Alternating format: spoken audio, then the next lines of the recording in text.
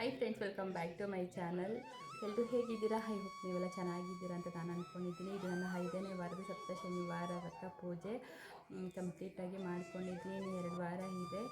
ಅದಾದಮೇಲೆ ನಾನು ಏನು ಕೋರಿಕೆ ಇಟ್ಟಿದ್ದೆ ಅಂತ ಹೇಳ್ಕೊತೀನಿ. ಇನ್ನು ಈ ವ್ರತ ಮಾಡೋದು ನಮ್ಗೆ ಏನೆಲ್ಲ ಪ್ರಯೋಜನ ಸಿಗುತ್ತೆ ಅಂತ ಹೇಳ್ತೀನಿ ಕೇಳಿ. ಈ ವ್ರತ ಅಂತನ್ನೋದು ತುಂಬ ಶ್ರೇಷ್ಠ, ತುಂಬಾ ಒಳ್ಳೆಯದು. ಕೆಲವು ನಿಯಮಗಳನ್ನ ಪಾಲಿಸಬೇಕು. ಶುಕ್ರವಾರ ಮತ್ತು ಶನಿವಾರ ನಾನ್ ವೆಜ್ಜನ್ನು ತಿನ್ನಬಾರ್ದು. ಶುಕ್ರವಾರ ಮತ್ತು ಶನಿವಾರ ದಾಂಪತ್ಯ ಇರಬಾರ್ದು. ನೀವು 7 ವಾರ ಕೂಡ ನಾನ್ ವೆಜ್ ತಿನ್ನದೇ ಇದ್ದರೆ ತುಂಬಾ ಒಳ್ಳೆಯದು. ಇದನ್ನು ನೀವು ಮಕ್ಕಳಾಗದೇ ಇದ್ದರೆ ಮಾಡ್ಬೋದು, ಜಾಬ್ಗೋಸ್ಕರ ಮಾಡ್ಬೋದು, ಮನೇಲಿ ಏನೇ ಸಮಸ್ಯೆ ಇದ್ದರೂ ಮಾಡಬಹುದು, ಹೆಲ್ತ್ ಇಶ್ಯೂಸ್ಗೋಸ್ಕರ ಮಾಡಬಹುದು. ನೀವು ಏನು ಇರುತ್ತೋ ಸಮಸ್ಯೆ, ಸೊ ಅದಕ್ಕೋಸ್ಕರ ನೀವು ಮಾಡಬಹುದು. ಮಾಡಿದ್ರೆ ಖಂಡಿತವಾಗಿ 7 ವಾರ ಮುಗಿಸೊಳಗಡೆ ಶ್ರೀಹರಿ ನಮಗೆ ಒಂದು ಪರಿಹಾರ ಕೊಡ್ತಾನೆ. ಮತ್ತು ಅಥವಾ ಪರಿಹಾರದ ಮಾರ್ಗ ಆದರೆ ನಮಗೆ ಕೊಡ್ತಾನೆ. ಅದರಲ್ಲಿ ಯಾವುದೇ ಸಂದೇಹ ಅಂತ ಅನ್ನೋದು ಇಲ್ಲ. ಖಂಡಿತವಾಗಿಯೂ ಎಷ್ಟೋ ಜನಕ್ಕೆ ಮಕ್ಕಳಾಗದಿರೋರು ಕೂಡ ಮಾಡಿದ್ದಾರೆ. ತುಂಬ ಜನಕ್ಕೆ ಮಕ್ಕಳು ಕೂಡ ಆಗಿದೆ. ವ್ರತ ಮಾಡಿ ಯಾರಾದರೂ ಮಾಡಬೇಕು ಅಂದ್ಕೊಂಡಿದ್ರೆ ಮಾಡಿ. ಮತ್ತು ಫಿನಾನ್ಷಿಯಲ್ ಯಾರಾದರೂ ತುಂಬ ಕಷ್ಟ ಇತ್ತು ಅಂತಂದರೆ ಅಂಥವ್ರು ಕೂಡ ಮಾಡ್ಬೋದು. ಇನ್ನು ಮನೆ ತೊಗೊಳ್ಬೇಕು ಅಂತ, ಸೈಟಿನಿಂದ ತೊಗೊಳ್ಬೇಕು ಅಂತಿದ್ರು ಅಷ್ಟೇ ಖಂಡಿತ ಮಾಡಿ. ಏನಾದರೂ ಒಂದು ದಾರಿ ನೀವು ಮತ್ತೆ ಮಾಡೋಷ್ಟರಲ್ಲಿ ಒಂದು ದಾರಿ ಅಂತ ಅನ್ನೋದು ಸಿಗುತ್ತೆ. ಈ ವ್ರತ ಮತ್ತೆ ನೀವು ಮಾಡೋಷ್ಟರಲ್ಲಿ ಏನಾದರೂ ಒಂದು ನಿಮಗೆ ಸೈಟ್ ತೊಗೊಳ್ಳೋದಾಗಿರ್ಬೋದು ಅಥವಾ ಮನೆ ತೊಗೊಳ್ಳೋ ಕನಸಾಗಿರ್ಬೋದು, ಇದೆಲ್ಲನೂ ನೆರವೇರುತ್ತೆ. ಓಕೆನಾ? ಇನ್ನು ಮನೆಯಲ್ಲಿ ನೆಗೆಟಿವ್ ಎನರ್ಜಿ ಇತ್ತು ಅಂತಂದ್ರೂ ಅಷ್ಟೇ ಈ ರೀತಿ ನೀವು ದೇವ್ರ ಮನೆಗಿಂತ ಮನೆ ಹಾಲಲ್ಲಿ ಇಟ್ಕೊಂಡು ಪೂಜೆ ಮಾಡೋದ್ರಿಂದ ತುಂಬ ಒಳ್ಳೆಯದು. ಯಾಕೆಂತಂದರೆ ನಾವು ದೇವ್ರ ಮನೆಯಲ್ಲೇ ಮಾಡೋದ್ರಿಂದ ಅಷ್ಟೊಂದು ನಮಗೆ ವ್ರತಗಳ ಫಲ ಶಕ್ತಿ ಅಷ್ಟೊಂದು ಮನೆಗೆಲ್ಲ ಸಿಗೋದಿಲ್ಲ ಅಂತ ನನ್ನ ಅಭಿಪ್ರಾಯ. ಹಾಗಾಗಿ ನಾನು ಏನೇ ವ್ರತ ಮಾಡಿದ್ರೂ ಅಷ್ಟೇ ಮನೆಯಲ್ಲಿ ಈ ರೀತಿ ಉತ್ತರ ದಿಕ್ಕಿಗೆ ಮುಖ ಮಾಡಿಬಿಟ್ಟು ಹಾಲಲ್ಲಿ ಮಾಡ್ಕೊತೀನಿ. ಮನೆಯೆಲ್ಲ ದೇವಸ್ಥಾನದ ರೀತಿ ಇರುತ್ತೆ. ಸೊ ಅದಕ್ಕೋಸ್ಕರ ತುಂಬ ಕಷ್ಟ ಇದೆ ಜೀವನದಲ್ಲಿ, ಏನು ನಮಗೆ ಏಳಿಗೆನೇ ಆಗ್ತಾ ಇಲ್ಲ ಅಂತ ಅನ್ನೋರು ಅಷ್ಟೇ ಈ ವ್ರತ ಮಾಡಿ. ಖಂಡಿತವಾಗಿಯೂ ಹೇಳ್ತೀನಿ, ವರ್ಷದಲ್ಲಿ ನೀವು ಈ ವ್ರತ ಮಾಡೋದಕ್ಕೆ ಸ್ಟಾರ್ಟ್ ಮಾಡಿದ್ರೆ ಮುಂದಿನ ವರ್ಷ ಏನಾದರೂ ಒಂದು ಒಳ್ಳೆಯದು ಹಾಗೆ ಆಗಿರುತ್ತೆ. ಓಕೆನಾ? ನೀವೇನು ಅಂದ್ಕೊಂಡಿರ್ತೀರೋದು ಆಗೋದಕ್ಕೆ ಹೆಲ್ಪ್ ಆಗುತ್ತೆ. ಅಥವಾ 7 ವಾರದ ಒಳಗಡೆ ನಿಮ್ಗೆ ಆಗಿಬಿಡುತ್ತೆ, 7 ವಾರ ಮುಗಿದ ಮೇಲೆ ಕೂಡ ಆಗಿಬಿಡುತ್ತೆ. ಸಪ್ತಶನಿವಾರ ವ್ರತ ಮಾಡೋದು ತುಂಬ ಶ್ರೇಷ್ಠ. ಓಕೆನಾ? ಇಷ್ಟು ನೀವು ಮಾಡಬೇಕು. ಮತ್ತು 7 ಅಕ್ಕಿ ಹಿಟ್ಟಿನ ದೀಪಗಳನ್ನ ಮಾಡ್ಕೊಳ್ಬೇಕು. ನಾನು ಫಸ್ಟು ವೀಕ್ ಮಾಡಿದಾಗ ನಾನು ತೋರಿಸಿದ್ದೀನಿ, ಆದರೆ ಈ ವೀಕು ಒಂದು ಸ್ವಲ್ಪನೇ ನಾನು ಸ್ವಲ್ಪ ಕ್ಲಿಪ್ಪಿಂಗ್ಸ್ನ ಆ್ಯಡ್ ಮಾಡಿ ತೋರಿಸಿದ್ದೀನಿ. ನೋಡಿ, ಗೊತ್ತಾಗುತ್ತೆ ನಿಮಗೆ. ಇನ್ನು ಇವತ್ತು ನಾನು ಗೋಪುರ ದೀಪ ಹಚ್ಕೊಂಡಿದ್ದೆ ಮತ್ತು ಗಣೇಶನಿಗೆ ಅಂತ ಹೇಳಿ ಮೋದಕ ದೀಪ ಕೂಡ ಹಚ್ಕೊಂಡಿದ್ದೀನಿ. ಅಧಿಕ ಮಾಸ ಮುಗಿತಾ ಬಂತಲ್ವಾ, ಇನ್ನೇನು ಮುಗಿತಾನೇ ಇದೆ. ಹಾಗಾಗಿ 33 ರಂಗೋಲಿಗಳನ್ನ, ನಕ್ಷತ್ರ ಇದೆಲ್ಲ ರಂಗೋಲಿ ಹಾಕೊಂಡು ಪೂಜೆ ಮಾಡ್ಕೊಂಡಿದ್ದೀನಿ. ಇವತ್ತು ಅಮ್ಮನವ್ರಿಗೆ ಮತ್ತು ಶ್ರೀಹರಿಗೆ ಇಬ್ಬರಿಗೂ ಗವೆಗಳು ಮತ್ತು ಗೋಮತಿ ಚಕ್ರದಿಂದ ನಾನು ಅರ್ಚನೆ ಮಾಡ್ಕೊಂಡಿದ್ದೀನಿ. ಇವತ್ತು ತುಂಬ ಖುಷಿಯಾಯಿತು ನನಗೆ. ಏನೂ ಗೊತ್ತಿಲ್ಲ, ಫಸ್ಟು ಇಷ್ಟು 4 ವಾರಕ್ಕಿಂತ ಈ 5ನೇ ವಾರ ಪೂಜೆ ಮಾಡಿ ನನಗೆ ತುಂಬ ಇಷ್ಟ ಆಯಿತು.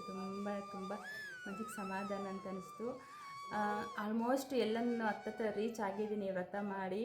ಇದನ್ನು ಲೈಫಲ್ಲಿ 2ನೇ ಸರಿ. ಫಸ್ಟ್ನೇ ಸರಿ ಕೂಡ ನನಗೆ ಫಲ ಸಿಕ್ತು, 2ನೇ ಸರಿ ಕೂಡ ನಾನು ಇದನ್ನು ಆಚರಣೆ ಮಾಡ್ತಾಯಿದ್ದೀನಿ. ಒಂದು 2 ವರ್ಷ ಗ್ಯಾಪ್ ಆಯಿತು ನಾನು ವ್ರತ ಮಾಡಿ.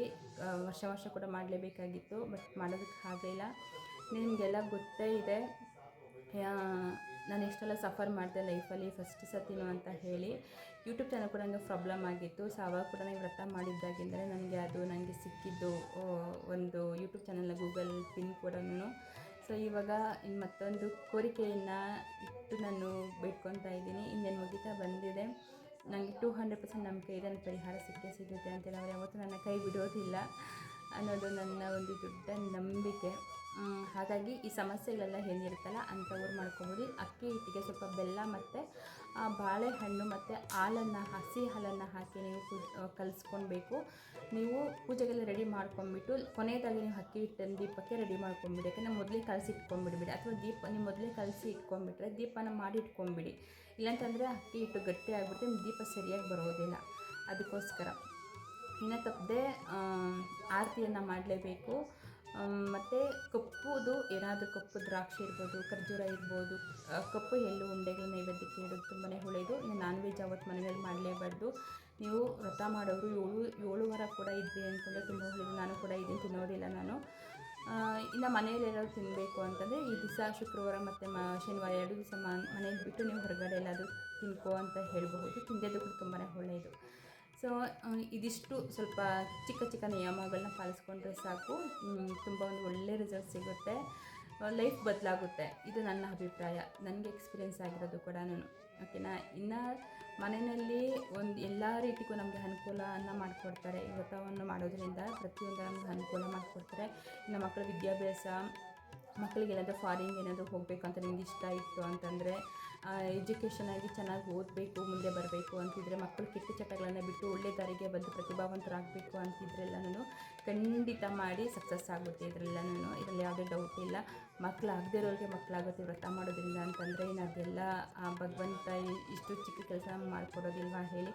ಶ್ರದ್ಧೆ, ಭಕ್ತಿ, ಪ್ರೀತಿಯಿಂದ ಮಾಡಿ ಖಂಡಿತ ಹೊಲಿತಾರೆ. ಸೊ ಇಷ್ಟು ಇವತ್ತಿನ ನನ್ನ ಚಿಕ್ಕ ಮಾಹಿತಿ. ಇದೇ ರೀತಿ ಮತ್ತೊಂದು ಒಂದು ಇಂಪಾರ್ಟೆಂಟ್ ವಿಷಯ ಮತ್ತು ಮಾಹಿತಿ ಜೊತೆಗೆ ನಿಮ್ಮ ಜೊತೆಗೆ ಮತ್ತೆ ಎಲ್ಲರಿಗೂ ಟೇಕ್ ಕೇರ್. ಎಲ್ಲರಿಗೂ ಬಾಯ್ ಬಾಯ್. ಆ್ಯಂಡ್ ಲಕ್ಷ್ಮೀ ನಾರಾಯಣ ಆಶೀರ್ವಾದನೆಲ್ಲ ಪ್ರತಿಯೊಬ್ಬ ವ್ಯೂವರ್ಸ್ಗೂ ಸಿಗಲಿ ಅಂತೇಳಿ ಕೇಳ್ಕೊತಾ ಇದ್ದೀನಿ. ವಾಯ್ಸ್ ತುಂಬ ಸ್ಲೋ ಇದೆ ಅಕ್ಕ ಅಂತ ನೆನ್ನೆ ಕಮೆಂಟ್ ಮಾಡಿದ್ರಿ. ಸಾರಿ, ನನಗೆ ಗೊತ್ತಾಗಲಿಲ್ಲ ಅಷ್ಟೊಂದು ಸ್ಲೋ ಇದೆ ಅಂತ ಹೇಳಿ. ಸೊ ನೆಕ್ಸ್ಟ್ ಟೈಮ್ ಈ ಥರ ಎಲ್ಲ ಆಗೋದಕ್ಕೆ ನಾನು ಬಿಡೋದಿಲ್ಲ. ಚೆನ್ನಾಗಿ ನಿಮಗೆ ಕೇಳಿಸೋ ಥರನೇ ಮಾಡ್ತೀನಿ. ಇನ್ನು ಯಾರೆಲ್ಲ ಅಧಿಕ ಮಾಸ ಪೂಜೆ ಮಾಡ್ಕೊಂಡಿಲ್ಲ, ಇನ್ನು ಅಮಾವಾಸ್ಯೆಯನ್ನು ಬಂತಲ್ವ, ಸೋಮವಾರಕ್ಕೆ ಲಕ್ಷ್ಮೀ ಪೂಜೆಯನ್ನು ಮಾಡ್ಕೊಳ್ಳೋ ಅಟ್ಲೀಸ್ಟ್ ಒಂದು ದಿನ ಆದರೂ ತುಂಬ ಒಳ್ಳೆಯದು. ಇನ್ನು ಪೂಜೆ ಹೇಗೆ ಮಾಡ್ಕೊಳ್ಬೇಕು ಅಂತ ಹೇಳಿ ಸಾಧ್ಯ ಆದರೆ ಒಂದು ವಿಡಿಯೋ ಮಾಡಾಕ್ತೀನಿ. ಓಕೆನಾ. ಬಟ್ ಅದರಲ್ಲಿ ನೋಡೋಣ ಹೆಂಗಾಗುತ್ತೋ ಹಂಗೆ. ಆದರೆ ನಾನು ವಿಡಿಯೋ ಮಾಡಿ ಕೊಡ್ತೀನಿ. ಕೆಲವೊಂದು ಪರಿಹಾರಗಳಿದೆ, ಅವತ್ತು ನೀವು ಮಾಡ್ಕೊಳ್ಳೋದು ತುಂಬಾ ಒಳ್ಳೆಯದು. ಏನೂ ಇಲ್ಲ, ಸಿಂಪಲ್ಲಾಗಿ ಅಮ್ಮನಿಗೆ ಅಷ್ಟೊತ್ತರ ಹೇಳ್ಕೊಂಡು ಅರ್ಚನೆ ಮಾಡ್ಕೊಳ್ಳಿ. ಸೋಮವಾರ ಅಮಾವಾಸ್ಯೆ ದಿನ ಬಿಲ್ವಪತ್ರೆ ಮತ್ತು ಬನ್ನಿ ಮರ ಈ ರೀತಿ ಮತ್ತು ಕೆಂಪು ಹೂಗಳು, ಮಲ್ಲಿಗೆ ಹೂ, ಬಿಳಿ ಹೂಗಳನ್ನ ಇಟ್ಟು ಪೂಜೆ ಮಾಡಿ, ಮೊಸರನ್ನ ತಪ್ಪದೆ ಇಡಿ ಮತ್ತು ಬೆಲ್ಲವನ್ನು ಇಟ್ಟು ಪೂಜೆಯನ್ನು ಮಾಡ್ಕೊಳ್ಳಿ. ಇಷ್ಟು ಮಾಡಿಕೊಂಡು ಅರ್ಚನೆ ಮಾಡಿಕೊಂಡ್ರೆ ಸಾಕು, ಎಷ್ಟೋ ಒಳ್ಳೆಯದಾಗುತ್ತೆ ಮನೆಗೆ. ಅವತ್ತು ನಾನ್ ವೆಜ್ ಯಾರೋ ತಿನ್ನಬೇಡಿ, ಮನೇಲಿ ಕೂಡ ಮಾಡಬೇಡಿ. ಸೊ ಇದಿಷ್ಟು ಚಿಕ್ಕ ಚಿಕ್ಕ ನಿಯಮಗಳೇ, ಬಟ್ ತುಂಬ ದೊಡ್ಡ ಫಲ ಸಿಗುತ್ತೆ. ಸೊ ಇದು ಇವತ್ತು ನನ್ನ ಪೂಜೆ ಆಗಿತ್ತು ಫ್ರೆಂಡ್ಸ್. ಪೂಜೆ ಹೇಗಿತ್ತು ಅಂತ ಕಾಮೆಂಟ್ ಮಾಡಿ. ಎಲ್ಲರಿಗೂ ಒಳ್ಳೆಯದಾಗಲಿ. ಮೊದಲನೇದಾಗಿ ನಾವು ಈ ವ್ರತವನ್ನು ಮಾಡೋದಕ್ಕೆ ಯೆಲ್ಲೋ ಕಲರ್ ಪೀಠ ರೆಡಿ ಮಾಡ್ಕೊಳ್ಬೇಕು. ಯೆಲ್ಲೋ ಕಲರ್ ಪೀಠ ಇಲ್ಲ ಅಂತಂದರೆ ಯೆಲ್ಲೋ ಕಲರ್ ಬಟ್ಟೆಯನ್ನು ಹಾಕಿ ಈ ರೀತಿ ಒಂದು ತಟ್ಟೆಯನ್ನು ಇಟ್ಕೊಂಡು ಹಕ್ಕೆಯನ್ನು ಹಾಕಿ ಶ್ರೀಹರಿಯ ಫೋಟೋವನ್ನು ಇಟ್ಕೊಳ್ಬೇಕು. ಅರಿಶಿನ ಕುಂಕುಮ ಎಲ್ಲ ಇಟ್ಕೊಂಡು ಈ ರೀತಿಯಾಗಿ ಜೋಡಿಸ್ಕೊಂಡು ತುಳಸಿ ಮತ್ತು ಮಲ್ಲಿಗೆ ಹೂವು ಜೊತೆಗೆ ನೀವು ತಪ್ಪದೆ ಯೆಲ್ಲೋ ಕಲರ್ ಸೇವಂತಿಗೆ ಹೂವನ್ನು ಇಡಲೇಬೇಕು. ಇನ್ನು ಗಣಪತಿನ ಕೂರಿಸೋದಕ್ಕೆ ನಾನು ನೋಡಿ ಈ ರೀತಿಯಾಗಿ ಅರಿಶಿಣದಿಂದ ಗಣಪತಿ ಮಾಡ್ಕೊಂಡಿದ್ದೀನಿ. ತುಂಬಾ ಒಳ್ಳೆಯದು. ಪ್ರತಿನಿತ್ಯನೂ ಅಷ್ಟೇ ಒಂದು ಅರಿಶಿಣದಿಂದ ಗಣಪತಿಯನ್ನು ಮಾಡಿಟ್ಟರೆ ಮನೆಗೆ ತುಂಬ ಶ್ರೇಯಸ್ಸು ಅಂತ ಕೂಡ ಹೇಳಿದ್ದಾರೆ. ನಾನು ನೋಡಿ ಈ ರೀತಿಯಾಗಿ ನಾನು ಪೂಜೆಗೆ ರೆಡಿ ಮಾಡ್ಕೊಂಡಿದ್ದೀನಿ. ತುಳಸಿ ಮತ್ತು ಮಲ್ಲೆ ಹೂವು ಅಥವಾ ಮಲ್ಲಿಗೆ ಹೂವನ್ನು ನೀವು ಇಡಬೇಕು. ಇನ್ನು ತಪ್ಪದೆ ನೀವು ಇಡಲೇಬೇಕಾಗಿರೋದು ಹೇಳಿದ್ನೆಲ್ಲ ಸೇವಂತಿಗೆ ಹೂವನ್ನು ಇಡಬೇಕು. ಇನ್ನು ನಾನು ದೀಪಾರಾಧನೆಗೆ ಈ ರೀತಿಯಾಗಿ ರೆಡಿ ಮಾಡ್ಕೊಂಡಿದ್ದೀನಿ. 7 ನಮಗೆ ದೀಪಾರಾಧನೆಗೆ ಬೇಕಲ್ವಾ, ಹಂಗಾಗಿ 7 ವೀಳ್ಯದೆಲೆಯನ್ನು ನೀಟಾಗಿ ತೊಳೆದು ಇಟ್ಕೊಂಡಿದ್ದೀನಿ. ಇನ್ನು ಇವತ್ತು ಅಧಿಕ ಮಾಸ ಇರೋದರಿಂದ ನಾನು ಗೋಪುರದ ದೀಪಾರಾಧನೆಯನ್ನು ಮಾಡ್ತಾಯಿದ್ದೀನಿ. ಇನ್ನು ಅಕ್ಕಿ ಹಿಟ್ಟಿನ ದೀಪಾರಾಧನೆಗೆ ಅಕ್ಕಿ ಹಿಟ್ಟು ಜೊತೆಗೆ ಒಂದು ಸ್ವಲ್ಪ ಬೆಲ್ಲದ ಪುಡಿ, ಅದಾದಮೇಲೆ ಬಾಳೆಹಣ್ಣು, ಒಂಚೂರು ಅರಿಶಿಣ ಅಥವಾ ಪಚ್ಚಕರ್ಪೂರ ಬೇಕಾದ್ರೆ ಸ್ವಲ್ಪ ಆ್ಯಡ್ ಮಾಡಿಕೊಂಡು ಸ್ವಲ್ಪನೇ ನೀರನ್ನು ಸೇರಿಸ್ಕೊಂಡು ಈ ರೀತಿ ಹಿಟ್ಟನ್ನು ಕಲಿಸ್ಕೊಳ್ಬೇಕು.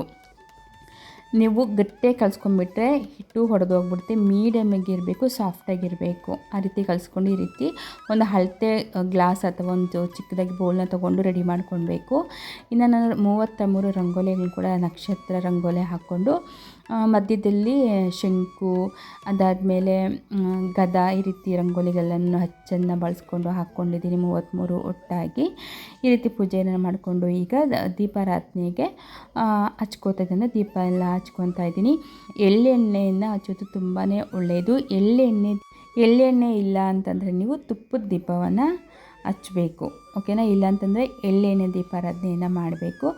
ನಾನು ನಿಯಮಗಳನ್ನ ಕೂಡ ಹೇಳಿದ್ದೇನಲ್ಲ, ಯಾರಿಗೆಲ್ಲ ನಿಮಗೆ ಮಕ್ಕಳಾಗ್ತಾ ಇಲ್ಲ, ಆರೋಗ್ಯದಲ್ಲಿ ತುಂಬ ಸಮಸ್ಯೆಗಳು ಕಾಡ್ತಾ ಇದೆ, ಕೆಲಸನೇ ಇಲ್ಲ, ಎಷ್ಟೇ ದುಡಿದ್ರೂ ಮನೆ ಏಳಿಗೆ ಆಗ್ತಾ ಇಲ್ಲ, ಮನೆಯಲ್ಲಿ ತುಂಬಾ ಕಷ್ಟಗಳಿದೆ, ಸ್ವಂತ ಮನೆ ತೊಗೊಳೋಕ್ಕಾಗ್ತಾಯಿಲ್ಲ, ಒಂದು ಕಾರ್ ತೊಗೊಳೋದಕ್ಕಾಗ್ತಾ ಇಲ್ಲ, ಗೊತ್ತಿಲ್ಲದಂಥ ರೀತಿಯಲ್ಲಿ ಒಂದರಿಂದ ಒಂದು ಕಷ್ಟಗಳು ಬರ್ತಾನೆ ಇದೆ ನಮಗೆ ಅಂತಂದರೆ, ನೀವು ಈ ಒಂದು ಸಪ್ತ ಶನಿವಾರ ವ್ರತವನ್ನು ಆಚರಣೆ ಮಾಡಿ. ಪ್ರತಿಯೊಂದಕ್ಕೂ ನಿಮಗೆ ಪರಿಹಾರ ಕೊಡುತ್ತೆ.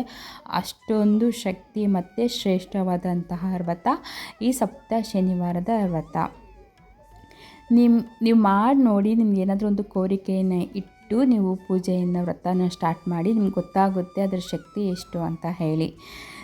ನೀವು ತಪ್ಪದೆ ವರ್ಷಕ್ಕೆ ಒಂದು ಸಾರಿ ಅಧಿಕ ಮಾಸದಿಂದ ಅಥವಾ ಆಷಾಢ ಮಾಸದಲ್ಲಿ ಸ್ಟಾರ್ಟ್ ಮಾಡಿ ನೀವು ಶ್ರಾವಣ ಮಾಸದಲ್ಲಿ ಮುಗಿಸ್ಕೊಳ್ಳಿ. ನಾನ್ ವೆಜ್ಜನ್ನು 7 ವಾರ ನೀವು ತಿಂದೇ ಇದ್ದರೆ ತುಂಬಾ ಒಳ್ಳೆಯದು. ಪೂಜೆ ಮಾಡೋರು ಮಾತ್ರ ಮಾಡ್ಕೊಳ್ಬೇಕು. ನಾನ್ ವೆಜ್ ತಿಂದೇ ಪೂಜೆ ಮಾಡ್ಕೊಳ್ಳಿ, ತುಂಬ ಒಳ್ಳೆಯದು. ಇನ್ನು ಅಷ್ಟೋತ್ತರವನ್ನು ತಪ್ಪದೆ ಹೇಳ್ಕೊಳ್ಬೇಕಾಗುತ್ತೆ. ಈ ರೀತಿಯಾಗಿ ನೋಡಿ ನಾನು ಪೂಜೆಗೆಲ್ಲ ರೆಡಿ ಮಾಡಿಕೊಂಡು ದೀಪನೆಲ್ಲ ಹಚ್ಕೊಂಡಿದ್ದೀನಿ. ಈ ಅಧಿಕ ಮಾಸದಲ್ಲಿ ಮಾಡುವಂಥದ್ದು ತುಂಬಾ ಒಳ್ಳೆಯದಲ್ವ. ನಾವೇನು ಮಾಡ್ತೀರೋ ಅದು ನಮಗೆ ಅಧಿಕವಾಗಿ ಸಿಗುತ್ತೆ ಅಂತಲೇ. ಯಾರೆಲ್ಲ ಕೆಟ್ಟದ್ದನ್ನು ಮಾಡಬೇಕು, ಕೆಟ್ಟದ್ದನ್ನು ಬಯಸಬೇಕು ಅಂತ ಇನ್ನು ಮತ್ತೊಬ್ಬರಿಗೆ ಕೇಡನ್ನು ಬಯಸ್ತಿರಲ್ಲ, ಅದು ಕೂಡ ನಿಮಗೆ ಅಧಿಕವಾಗಿ ಸಿಗುತ್ತೆ. ಯಾರಿಗೆ ಒಳ್ಳೆಯದಾಗಬೇಕು, ಯಾರು ಒಳ್ಳೆಯದನ್ನು ಬಯಸ್ತಾರೆ ಖಂಡಿತವಾಗಿ ಅವ್ರಿಗೆ ಒಳ್ಳೆಯದೇ ಆಗುತ್ತೆ. ನಾವು ಎಷ್ಟು ಮೂಟೆ ನಮ್ಮ ಕರ್ಮ ಫಲಗಳನ್ನು, ಒಳ್ಳೆ ಕರ್ಮಗಳು ಕೆಟ್ಟ ಕರ್ಮಗಳನ್ನು ನಾವು ಪಡ್ಕೊತೀವೋ ಅದರ ಭಾರವನ್ನು ನಾವೇ ಹೊರೋದಲ್ವಾ. ಅದು ನಮ್ಮ ಬೆನ್ನಿಗೆ ಇರುತ್ತೆ. ಮತ್ತೊಬ್ಬರಿಗೆ ನಮ್ಮ ಭಾರವನ್ನು ಕೊಡೋದಕ್ಕೆ ಆಗೋದಿಲ್ಲ. ಅದು ನಾವೇ ಹೊರಬೇಕು. ಒಳ್ಳೆಯದಾಗಿದ್ದರೆ ಒಳ್ಳೆ ರೀತಿ ಇರುತ್ತೆ, ಕೆಟ್ಟದ್ದಾಗಿದ್ದರೆ ಅದು ಅವರವರ ಹಣೆ ಬರಕ್ಕೆ ತಕ್ಕಂತೆ, ಅವರ ಒಂದು ಕರ್ಮ ಫಲಗಳಿಗೆ ತಕ್ಕಂತೆ ಅವ್ರಿಗೆ ಅದಿದ್ದೇ ಇರುತ್ತೆ. ನೋಡಿ ನಾನು ಹೇಳ್ತಾ ಇದ್ದೀನಿ, ನಿಮ್ಗೆ ಏನೇ ಸಮಸ್ಯೆ ಇದ್ರೂ, ಒಂದು ಕೆಲಸ ಸಿಗಬೇಕು, ಮನೆ ಕಟ್ಟಬೇಕು, ನಮ್ಗೆ ಸ್ವಂತ ಮನೆ ಇಲ್ಲ, ನಮ್ಮ ಜೀವನ ಈ ರೀತಿ ಇದೆ, ಮಕ್ಕಳೇ ಆಗ್ತಾಯಿಲ್ಲ ನಮಗೆ ಅಂತಂದರೆ ಎಷ್ಟೋ ಜನಕ್ಕೆ ಮಕ್ಕಳ ಭಾಗ್ಯ ಕೊಟ್ಟಿದೆ. ಅದೆಷ್ಟೋ ಜನ ಅನಾರೋಗ್ಯ ಸಮಸ್ಯೆಗಳಿಂದ ಹೊರಗಡೆ ಬಂದಿದ್ದಾರೆ ಈ ವ್ರತವನ್ನು ಮಾಡಿ.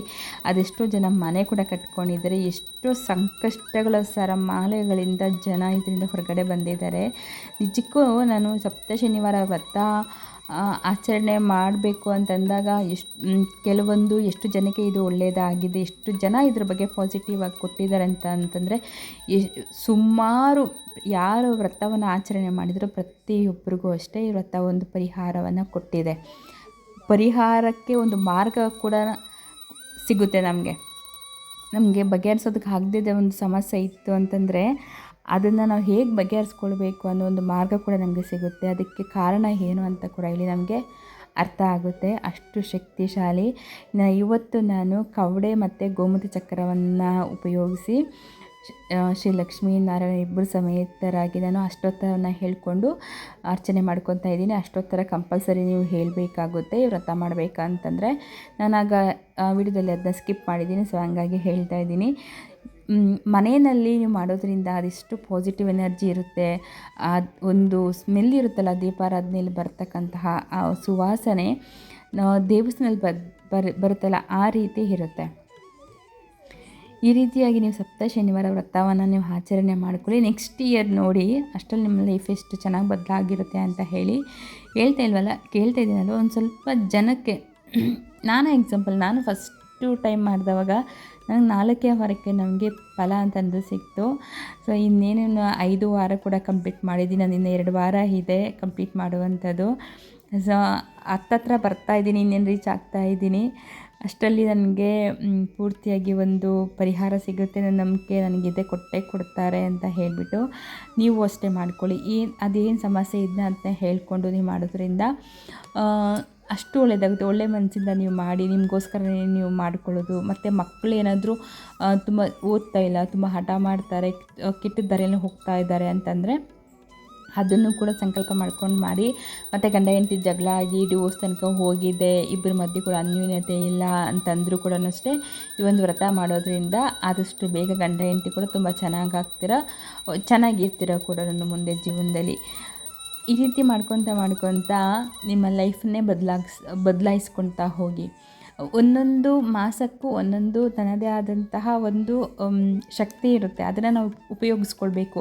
ಈಗ ಈ ಅಧಿಕ ಮಾಸದಿಂದ ನಮಗೆ ಸ್ಟಾರ್ಟ್ ಆಯಿತು ಅಂದರೆ ಅಧಿಕ ಮಾಸ, ಆಷಾಢ ಮಾಸ, ಶ್ರಾವಣ ಮಾಸ, ಕಾರ್ತಿಕ ಮಾಸಗಳು ಈ ರೀತಿ ನಮಗೆ ಸ್ಟಾರ್ಟ್ ಆಯಿತು ಅಂದರೆ ಕೆಲವು ತಿಂಗಳು ನಮಗೆ ಒಂದು 6 ತಿಂಗಳು ಒಳ್ಳೆ ನಾವು ಒಂದು ಸ್ವಲ್ಪ ಈ ಪೂಜೆ ಪುನಸ್ಕಾರ, ವ್ರತ, ಧ್ಯಾನ, ಭಗವಂತನ ಸೇವೆ, ಆರಾಧನೆ, ದೀಪಾರಾಧನೆ ಮಾಡೋದ್ರಿಂದ ಒಂದು ಸ್ವಲ್ಪ ಪುಣ್ಯ ಸಂಪಾದನೆ ಮಾಡ್ಕೊಳ್ಬೋದು. ನಮ್ಮ ಮಕ್ಕಳಿಗೆ, ನಮ್ಮ ಕುಟುಂಬಕ್ಕೆ ಒಂದು ರಕ್ಷಣೆ ಅಂತ ಅನ್ನೋದು ಸಿಗುತ್ತೆ. ಮತ್ತು ನಮಗೆ ಬೇರೆ ದಿನಗಳಲ್ಲೆಲ್ಲ ಅಷ್ಟಾಗಿ ನಮಗೆ ಒಂದು ಒಳ್ಳೆಯ ದಿನಗಳು ಸಿಗೋದಿಲ್ಲ. ಹಾಗಾಗಿ ಸಿಗುವಂತಹ ಈ ಮಾಸಗಳಲ್ಲಿ ಒಂದು ಒಳ್ಳೆ ಮನಸ್ಸಿಂದ ಭಗವಂತನನ್ನು ಒಂದು ಒಳ್ಳೆ ಕೋರಿಕೆಗಳನ್ನು, ಒಂದು ಒಳ್ಳೆ ಬೇಡಿಕೆಯನ್ನು ಇಟ್ಟು ನಾವು ಮಾಡಿಕೊಳ್ಳೋದ್ರಿಂದ ನಮ್ಮ ಜೀವನ ಬದಲಾಗುತ್ತೆ, ಒಳ್ಳೆಯದಾಗುತ್ತೆ. ಒಂದಲ್ಲ ಒಂದು ಸರಿ ನಮಗೆ ಏನೋ ಒಂದು ದೊಡ್ಡ ಆಪತ್ತು ಬರ್ತಾಯಿದೆ ಅಂತಂದಾಗ ಅದು ಚಿಕ್ಕದಾಗಿ ಬಂದು ನಮ್ಮ ಲೈಫಲ್ಲಿ ಹೋಗುತ್ತೆ. ಈ ರೀತಿಯಾಗಿರುತ್ತೆ. ಸೊ ನನ್ನ ಸಪ್ತಶನಿವಾರ ವ್ರತ ಹೇಗಿದೆ, ಪೂಜೆ ಹೇಗಿದೆ ಅಂತ ಹೇಳಿ ತಪ್ಪದೆ ಕಮೆಂಟ್ ಮಾಡಿ. ನಾನು ಡೀಟೇಲಾಗಿ ನಿಮ್ಗೆ ಹೇಳಿದ್ದೀನಿ ಅಕ್ಕಿ ಹಿಟ್ಟಿನ ದೀಪಾರಾಧನೆ ಹೇಗೆ ಮಾಡ್ಕೊಳ್ಬೇಕು, ನಿಯಮಗಳು ಏನು ಅಂತ ಹೇಳಿ. ಸಿಂಪಲ್ಲಾಗಿ ನೀವು ಮಾಡ್ಕೊಳ್ಬೋದು. ಒಂದೆರಡು ಹೂವನ್ನು ಇಟ್ಟು ಕೂಡ ನೀವು ಅಕ್ಕಿ ಹಿಟ್ಟಿನ ದೀಪಾರಾಧನೆ ಮಾಡಿ ನೀವು ಮಾಡ್ಕೊಳ್ಳಿ. ಇನ್ನು ಕಪ್ಪು ಎಳ್ಳು ಉಂಡೆ ಮಾಡಿ ಇಡಿ ತುಂಬ ಒಳ್ಳೆಯದು. ಮತ್ತು ಕಪ್ಪು ದ್ರಾಕ್ಷಿಯನ್ನು ಇಟ್ಟು ಪೂಜೆ ಮಾಡೋದು ಒಳ್ಳೆಯದು. ಇನ್ನು ಬಾಳೆಹಣ್ಣು ತಪ್ಪದೆ ಇಡಬೇಕು, ಸೇವಂತಿಗೆ ಹೂ ತಪ್ಪದೆ ಇಡಬೇಕು, ಮತ್ತು ಆರತಿ ತಪ್ಪದೆ ಮಾಡಬೇಕು. ಅರ್ಚನೆ ಕೂಡ ತಪ್ಪದೆ ನೀವು ಇಷ್ಟನ್ನು ಕೂಡ ನೀವು ಮಾಡ್ಕೊಳ್ಬೇಕು. ಸೊ ಇಷ್ಟನ್ನೆಲ್ಲ ಮಾಡಿಕೊಂಡ್ರೆ ಖಂಡಿತವಾಗಿಯೂ ನಿಮ್ಮ ಕೋರಿಕೆ ಏನಿದೆಯೋ ಅದು ಬೇಗನೆ ಇರುತ್ತೆ. ನಿಮ್ಮ ಕರ್ಮ ಫಲಗಳು ಬೇಗನೆ ಕಳೆದು ಒಳ್ಳೆ ದಿನಗಳು ನಿಮಗೆ ಸ್ಟಾರ್ಟ್ ಆಗುತ್ತೆ. ಆ ನಂಬಿಕೆ ನನಗಿದೆ. ಸೊ ಇದಿಷ್ಟು ಇವತ್ತಿನ ನನ್ನ 5ನೇ ವಾರದ ಸಪ್ತ ಶನಿವಾರ ವ್ರತ ಹೇಗಿತ್ತು. ನೆಕ್ಸ್ಟ್ ವಿಡಿಯೋದಲ್ಲಿ ಮತ್ತೆ ಸಿಗ್ತೀನಿ. ಎಲ್ಲರಿಗೂ ಟೇಕ್ ಕೇರ್. ಮತ್ತೊಂದು ಇಂಪಾರ್ಟೆಂಟ್ ವಿಷಯ, ತುಳಸಿಯನ್ನು ತಪ್ಪದೆ ಹಾಕಬೇಕು. ಅದಾದ ಜೊತೆಗೆ ನಾವು ಆ ದಿನ ಯೆಲ್ಲೋ ಕಲರ್ ಬಟ್ಟೆ ಅಥವಾ ಯೆಲ್ಲೋ ಕಲರ್ ಸೀರೆ ಡ್ರೆಸ್ನ ಹಾಕ್ಕೊಳ್ಬೇಕು. ಇದನ್ನು ಹೇಳೋದು ಮರ್ತೋಗಿದ್ದೀನಿ. ಯೆಲ್ಲೋ ಕಲರ್ ಬಟ್ಟೆ ಅಥವಾ ಡ್ರೆಸ್ ಇರ್ಬೋದು ಅಥವಾ ಸ್ಯಾರಿನ ನೀವು ಅವತ್ತು ಹಾಕ್ಕೊಂಡು ಪೂಜೆಯನ್ನು ಮಾಡಬೇಕು. ನೈವೇದ್ಯಕ್ಕೆ ಹಾಲನ್ನು ಇಡೋದು ಮರಿಬೇಡಿ. ಇನ್ನು ನೀವು ಶನಿವಾರ ನೈಟ್ವರೆಗೂ ಹಾಗೆ ದೇವರನ್ನು ಇಡಬೇಕು. ಸಂಜೆ ಮತ್ತೆ ಒಂದು ಸಾರಿ ದೀಪವನ್ನು ಹಚ್ಕೊಳ್ಳಿ. ಇನ್ನು ಭಾನುವಾರ ಬೆಳಗ್ಗೆ ಎಲ್ಲ ನೀಟಾಗಿ ನೀವು ಫ್ರೆಶ್ ಅಪ್ ಆಗಿಬಿಟ್ಟು ಮತ್ತೆ ದೇವರಿಗೆ ಕೈ ಮುಗಿದು ಇದನ್ನೆಲ್ಲ ತೆಗಿಬೇಕು. ಹೂವುಗಳು ಎಲ್ಲ ತೆಗೆದುಬಿಟ್ಟು ನೀರಲ್ಲಿ ಬಿಡಬೇಕಾಗುತ್ತೆ. ಇನ್ನು ಬಾಳೆಹಣ್ಣು ಅದ್ರ ಜೊತೆಗೆ ಇನ್ನೂ ಏನಾದರೂ ಒಂದು ಹಣ್ಣು ಮತ್ತು ಅಕ್ಕಿ ಹಿಟ್ಟಿನ ದೀಪಗಳನ್ನ ತೊಗೊಂಡೋಗಿ ಹಸುವಿನ ಬಾಯಿಗೆ ತಿನ್ನಿಸ್ಬಿಟ್ಟು ಬನ್ನಿ. ಆ ಬತ್ತಿಗೆಲ್ಲ ತೆಗೆದುಬಿಟ್ಟು ಆ ಹೂವೆಲ್ಲ ತೆಗೆದಿರ್ತೀರಲ್ಲ ಆ ಕವರ್ಗೆ ಹಾಕಿಬಿಟ್ಟು ಅರಿಯೋ ನೀರಲ್ಲಿ ಬಿಟ್ಬಿಡಿ. ಸೊ ಇದಿಷ್ಟು ಸಪ್ತ ಶನಿವಾರ ವ್ರತದ ಪೂಜೆಯ ನಿಯಮಗಳು. ಇಷ್ಟೆಲ್ಲ ನೀವು ಪಾಲಿಸಬೇಕು. ನೆಕ್ಸ್ಟು ಶನಿವಾರ ಸೇಮ್ ಇದೇ ರೀತಿ ಮಾಡುವಂಥದ್ದು.